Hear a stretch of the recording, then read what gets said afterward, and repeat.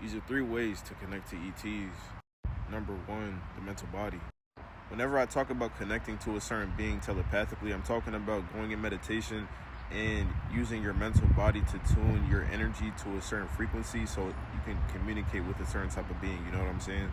When you build your discernment enough to know what type of energy that you want to interact with and what type of energy you're comfortable interacting with, a lot of these beings actually will start to communicate with you, whether you're in meditation or not.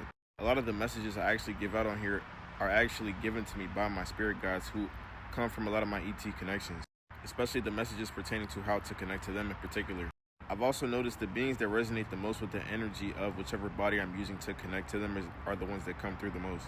A lot of time when I'm using my mental body to connect to a certain being, I'm going to talk to Arcturians, Anunnaki, Pleiadians, Andromedans, and they're going to give me information that has to do with the mind or cultivating more peace inside of my life so that I can have a more sound mind. You see what I'm saying? Number 2, the astral body.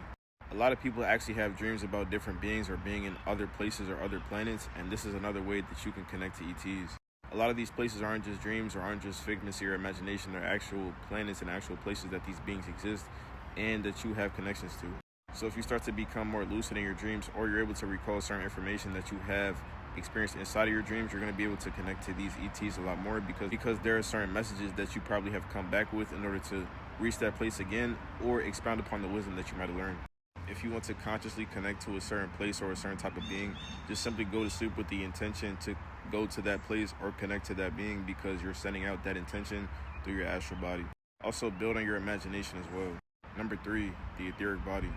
So your emotions are also magnetic signals that you can send out to certain beings that you want to communicate with. Let's say I want to be taught a certain lesson by an earth dragon and I want to send out a certain signal to attract that guide to me or attract that wisdom to me. You see what I'm saying? You can do this in meditation or just in your waking life, but you can consciously send out that signal with your emotions to that being to come to you and teach you certain shit.